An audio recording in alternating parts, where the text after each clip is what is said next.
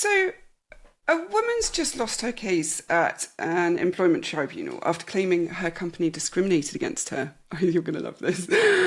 Because no one marked her work anniversary. She said, are you ready? It made her feel excluded and undervalued. The judge dismissed it, but the whole thing is kind of fascinating, isn't it? Because it's not really about pay or promotion or harassment. It's about being ignored.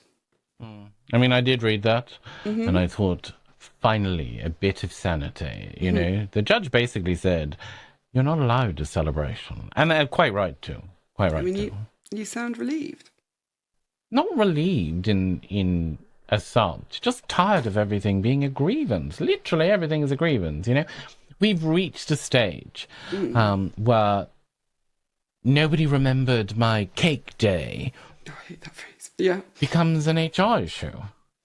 Well, you say that, but recognition isn't trivial, right? That those, I get it on one hand, but those little gestures are kind of shorthand for belonging, and they tell you that you're seen, that you matter to the group.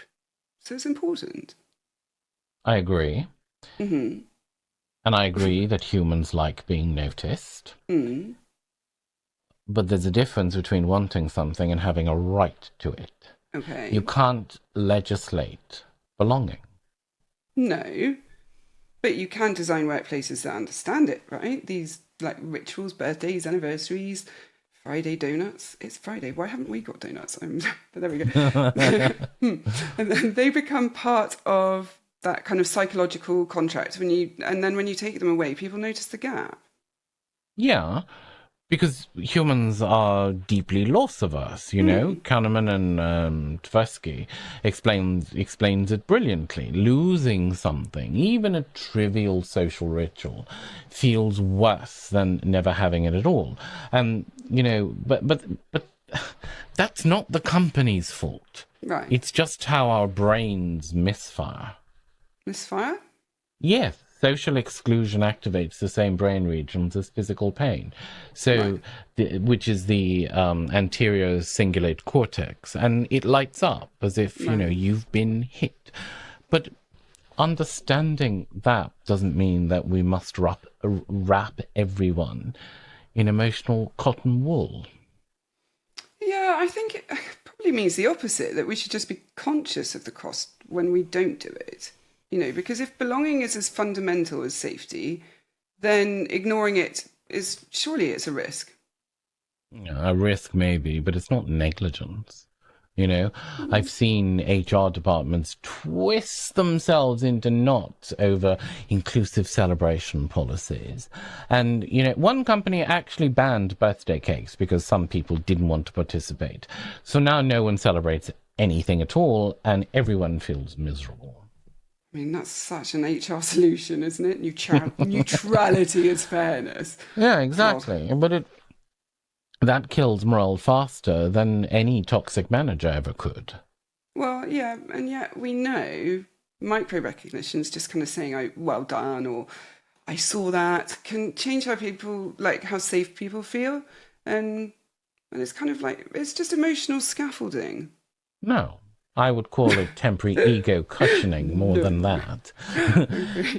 Humans crave validation because it soothes uncertainty, right? But you can't feed that forever. Eventually, adults have to regulate their own self-worth. I mean, you make it sound so joyless.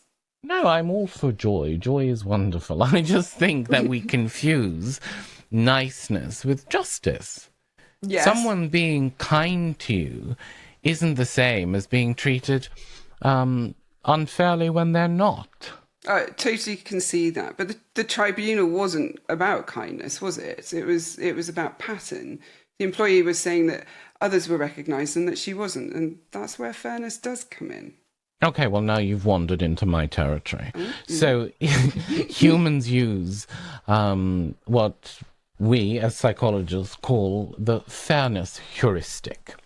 So if we see others being rewarded differently, we automatically assume bias.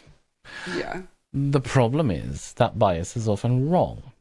But the emotional hit, of course, of that bias is instant. Yeah. It's like, it's tribal wiring, it's a throwback. Okay, so you're saying that she felt it was unfair, even though kind of it wasn't objectively so. Right, exactly. And Okay. feelings, once validated by authority, become moral currency, don't they? True. So I'm glad that the tribunal didn't validate this one. Otherwise, every bruised ego is going to be an employment case. Right, okay. So you think that this teaches resilience instead of fragility? Yes. The workplace isn't a therapy group, Helen. You're there to contribute, not to be adored. I mean, unless you're in my therapy group, but yeah, okay. But surely both of those can exist, though, right? That you can perform and still feel valued. It's important as well. Right. Yeah, sure. But I mean, that's a two-way street. True. And recognition means more when it's earned, not expected. When it becomes compulsory, then it just becomes HR theatrics. Yeah, okay. Like Q1 smiles. KPI target not met. Right, precisely that. Exactly. Can you imagine? You didn't smile enough at this person. Yeah. Right, Okay, so right. no pay rise for you this year. Yeah, you will get it. You're on warning. You're an underperformer. You're on probation. Right. For not smiling enough. I mean, Right. yeah, fair. Okay, but I would still argue that kind of like companies underestimate the power of those gestures, though, don't they? Kind of, especially now when hybrid work means that people are often very invisible, and you can't rely on osmosis, I suppose, for belonging anymore. I mean, I don't disagree, Ooh, but... okay. Yeah, but it doesn't mean I agree. I know. Double negative. It made it a positive. I'm take the win. But I'd prefer to fix the structure, not the sentiment. Clarity of purpose, transparent promotion systems, fair pay. These are much stronger signals of respect than a cupcake. Okay, true. But they do operate at different levels. The kind of fair system builds trust, right? Recognition builds connection, because you need both of those things. Okay, fine.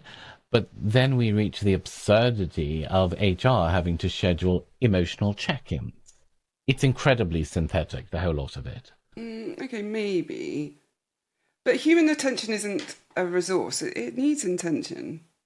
Or restraint. Otherwise, you end up congratulating everyone just for turning up. You've done that, haven't you? Yeah, I have, but somewhere? it was pure bitch-assness, You surprised me. This man had been late every single day for 6 months, so I thought he deserved a moment of applause for arriving before noon. But, it was meant to send a message. I mean, it wasn't actually going, yeah, you turned up. You are a menace. No, I'm a realist. I mean, yeah, okay, fine. That's true too. Speaking of fairness, though, the tribunal kind of reminded me that, I don't know if I should dabble into this, but it's another debate whether pregnant employees should get special treatment. The sacred cow of HR policy. This is why I wasn't sure. Don't start. I'm serious. Okay. Pregnancy isn't an illness. It's not the flu. Yet we treat it as fragile and, as if it's a condition requiring a velvet rope. But it's not about fragility. It's about biology. You can't, you can't compare a morning sickness with, for example, a hangover. Okay, fine. But I mean, I've seen both produce the same levels of absenteeism. I mean, I'm joking. Well, mostly I'm joking. Okay. But my point is that if we design systems that depend on exceptions, then we lose fairness. Consistency matters more than accommodation in many instances. Yeah, but consistency without context is cruelty. Because if you know someone's pregnant, of course you just kind of adjust expectations. Empathy isn't bias. Then where does it end? Should people with dogs get extra breaks because they're tired from walking them? Should introverts get praise for attending meetings? I mean, don't tempt me. I'd quite like a policy for that. Yeah, I know you would. But that's the danger. Once you start tailoring fairness to feelings, you can't stop. Where does it end? Well, yeah, but But pretending that everyone's the same when they're not is just as ridiculous. Equality isn't sameness. Equality is a false concept. Fine, but then let's call it what it is. Kindness, not justice. But I think it's both. Kindness is justice in miniature, maybe. Well, I mean, that's very poetic, Helen, but it's unhelpful in a policy manual. No, it's not supposed to be in a manual. It's just supposed to live in people. That's the whole flipping point. I mean, you do realise you sound like an HR consultant now, right? Okay, well, I'll take that as an insult. It was supposed to be an insult. Of course, fine. Why did I not see that coming? Okay, fine. All right, but let's go back to thinking about it. If, belonging is so psychologically basic, isn't it in the company's interest to protect that sense of belonging? Yes, but not at the expense of resilience. We can acknowledge pain without elevating it to a principle. Okay, so you'd say, we see you're hurt, but you're still responsible for managing it. Exactly. This is the mature version of empathy. I like that. I mean, it's sort of what I use in therapy a lot. You're responsible for managing your own feelings, but it's... Right. People don't like it, though, because it's not very tweetable. Yeah, well, I mean, that's probably why it's true. I mean... But no, they don't like it. You're right. No. Because again, it's this feeling of, I'm hurt. Right. So you should manage my hurt.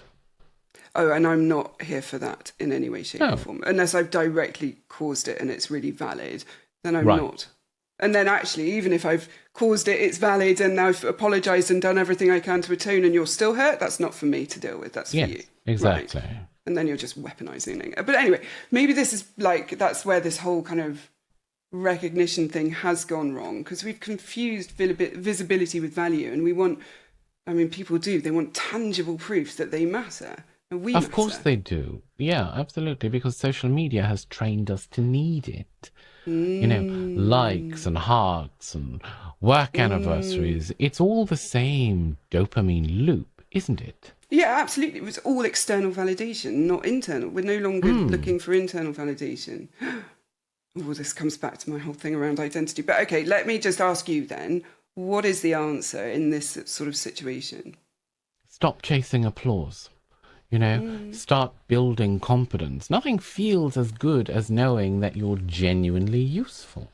Okay, and yet a little well done doesn't hurt though, does it? No, as long as they don't expect that well done to come with balloons. That's the thing. I want balloons and you're impossible. Yes, I am impossible, but I'm consistently impossible, which according to HR actually makes me fair. And according to psychology makes you predictable, which is half of belonging. So see, I'm actually a community service. Or a cautionary tale, maybe? Well, either way, you're recognising my work at last.